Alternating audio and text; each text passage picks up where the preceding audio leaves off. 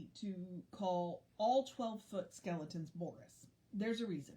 But so if I say Boris, I'm talking about the 12-foot skeletons that you can buy at like Home Depot. And we have a neighbor. They're up the street from us. It's about a half mile up the street from us in our neighborhood, who has Boris. And they put the Boris up during Halloween, and something happened, and it ended up only just being the Boris's knees. Clearly, they got the Boris fixed. So, for Thanksgiving, Boris had a turkey shirt on, a pilgrim hat, and an inflatable drumstick. For Christmas, they put Boris in a Santa hat, a Santa beard, and a Santa coat. I don't know if they did anything for New Year's. We didn't think to check, but we walked up there today because Boris now has a heart-shaped glasses, a bunch of roses in one hand, a sign, a heart-shaped sign hanging around their neck that says "Love Never Dies," and his legs are wrapped in heart-shaped. I don't know if they're lights or but they're heart-shaped and they're wrapped around his legs. So like I'm committed now. Like I'm gonna watch this Boris all year because like I know he can do Mardi Gras. I know they can do Easter. So I'm like, okay, I think he's gonna try and keep Boris up all year and decorate for each holiday, and I'm kind of excited to see it. So, but that's what I did today. So if you follow me on Instagram, I posted them on Instagram, or I also posted them on my Facebook. So if you follow me on Facebook or Instagram, they're up. So, yeah. I put a picture of the original Boris, although it's not theirs because, like I said, he was broken during Halloween. But I just put a plain Boris up, and then the Thanksgiving, the Christmas, and the Valentine's Day Boris. I'm kind of excited about it. But what we are here to do is a new design for living, so let's do that. All right. Let's do the housekeeping really quick. And that's just me reminding you that we are Creative Life Spiritual Center. Website is creativelife.org. Constant contact is email, info@creativelife.org. That will get you one email a week, tells you what's going on for the week and the month. Hot links are hot. And it is a blind CC, which means nobody's going to get your email. So, and then I mentioned the social medias merely from the standpoint of we do not monetize them. We don't want to deal with the ads any more than you do. So what we ask you to do instead, go like, subscribe, follow based on which platform you're on. If you allow notifications, it lets you know when we go live or upload new videos. And then engage with the individual post. React to the post, comment on the post, share the post. Bumps us in the algorithm, which honestly, that's the whole point of social media, right? Just more people to see your stuff. But it's a free and easy way that you can support the center. So, all right. Now, we are doing a new design for living, which, as I have said before and will continue to say, is it was written towards the end of Ernest's career, and what I've kind of decided to describe it as is it is the process of science of mind. We don't consider ourselves a philosophy, although it's just easier in government paperwork. We consider ourselves to be a philosophy, not a religion, which means there are action steps. And so that is what this book is about. This book is about the action steps that you can take to do whatever it is that you want to do. And I thought, one, it's short. The little articles are short because we're going to do two today because they're both short. And two, it's the new year. So, new design for living. Great. Yeah. Okay. So, we are in chapter 4, and which is your new freedom. And the first one we are going to do is you are always creative. There's never an end to the infinite's creative action. Similarly, we are always creative, consciously or unconsciously, in our world of experience. This we need to always remember.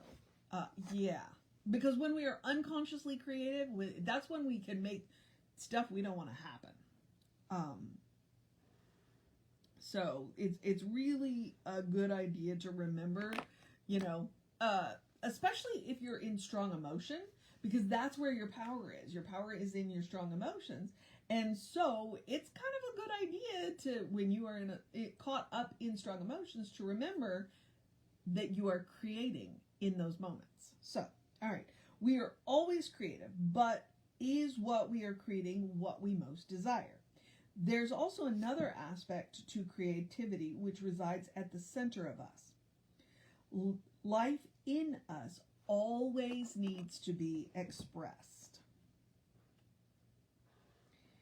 It's why it's hard for us to sit still.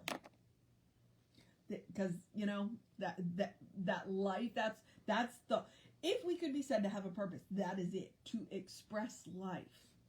So, once we cease to find constructive outlets for its flow in and through us, we block its action in every phase of living, and we begin to fall apart mentally, emotionally, and physically. What are some examples in everyday experience which demonstrate the way a pattern of thinking acts as a law of life? We notice that the proverbial grouch has a very difficult time being joyous and happy. Smoking and drinking are laws that we establish for ourselves. Chronic constipation, a fluttering heart, or a nervous twitch of facial muscle. A nervous twitching of facial muscles are indications of the way patterns of thought have disrupted the normal activities of the laws which control and direct the functioning of your body at an automatic level.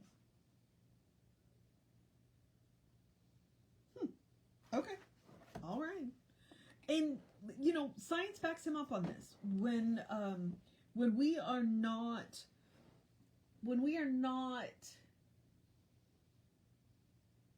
I guess I'll use his term, when we are not expressing life, when we are not living, you know, when we are not going out and doing, things come out sidewards. We tend to get sick. We tend, you know, yeah, science just backs him up on that. Considering that I have off and on had the experience of IBS, you know, that's exactly it. When my stress level goes up, my IBS goes up. When my IBS goes up, my stress level goes up. So if I want to get my IBS under control, then I have to bring my stress level down. So, and some of that has to do with the way I eat. And some of it has to do with maybe I need a break. So, you know, your body will tell you, hey, you know what? All right. So we're going to do 3 phases of creativity, and then we're going to wrap it up for the day. So, no matter in which direction we may look, we will always find 3 steps, stages, or phases of creativity.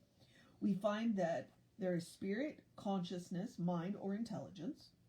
2, which functioning through and as the law. And 3, evidence itself as the substance of experience. Okay? It's interesting to note that many of the outstanding theoretical physicists of today consider form to be the all-important thing in their investigation of the physical world.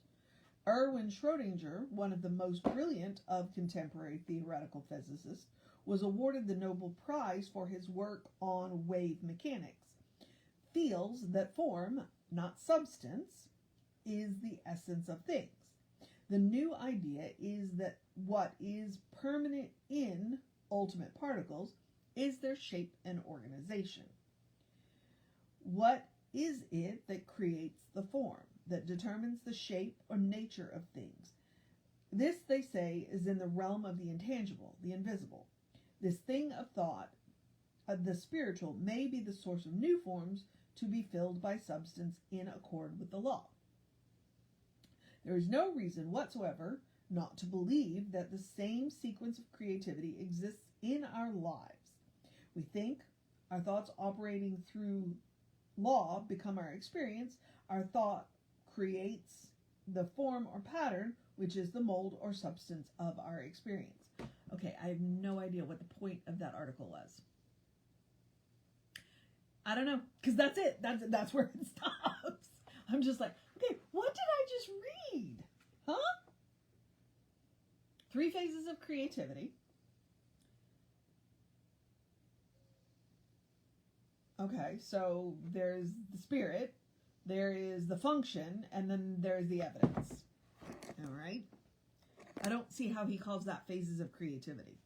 So, spirit, function, evidence.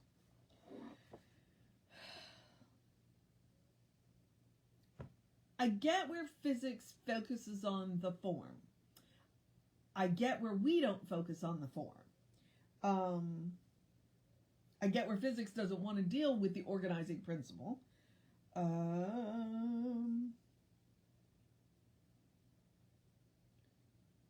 realm of the intangible. I don't know. Okay, I read it, but I don't understand it. I don't know where it fits in. Huh. Okay.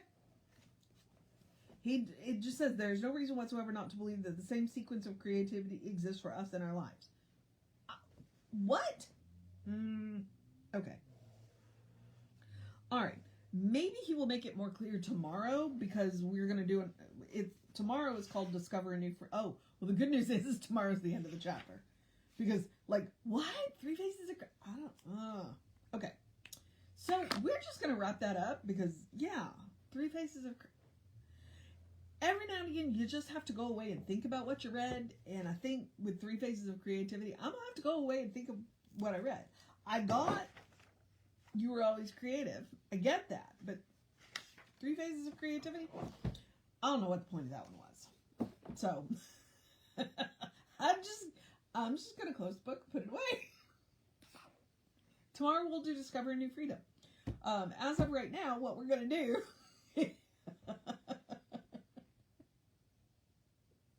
Okay. I mean, I've been in Science of Mind for 20 years, so I appreciate that every now and again I'm going to read something that I'm just not going to know what to do with, and I really don't know what to do with that. So I'm going to go away and think about it. You can go away and think about it. And if we come to any conclusions, well, then we'll go on with that. But for right now, I'm going to encourage you to have a great day, a wondrous day, a fantastic day, a magical day, an enchanted day, a wonderful day, an awesome day, an amazing day, take some time to laugh at yourself day. Those who can laugh at themselves will never cease to be amused. That is the kind of day that apparently I'm going to have. A do what you got to do day, a let's wrap this week up day, a drink plenty of water day, a bundle up day. Our temperatures keep doing this. So I don't know. I did say drink plenty of water day, cuddle your fur babies day, although all my fur babies have moved out from behind me, so meh. Make sure you stay warm day, eat something amazing day, a take care of yourself day, a you got this day, a good day, and if that is too much pressure, simply have a day. You are enough, just as you are. You are a beloved expression of the divine. You are a brilliant light, a divine spark, spirit in motion, God in action, a beautiful masterpiece, and a work in progress at the same time, at your own pace. And as Reverend Jesse likes to call us, you are godly. So explore the truth of your being. Get to know who the divine knows you to be, because the divine knows you to be good. And from there, anything is possible. Anything at all is possible. All right, beloveds. Take care of yourself. Oh, wait. Reverend David should be on around 5 p.m. I'll be back with you around 9-ish tomorrow. Take care of yourself. Know that you are loved, and I will see you next time.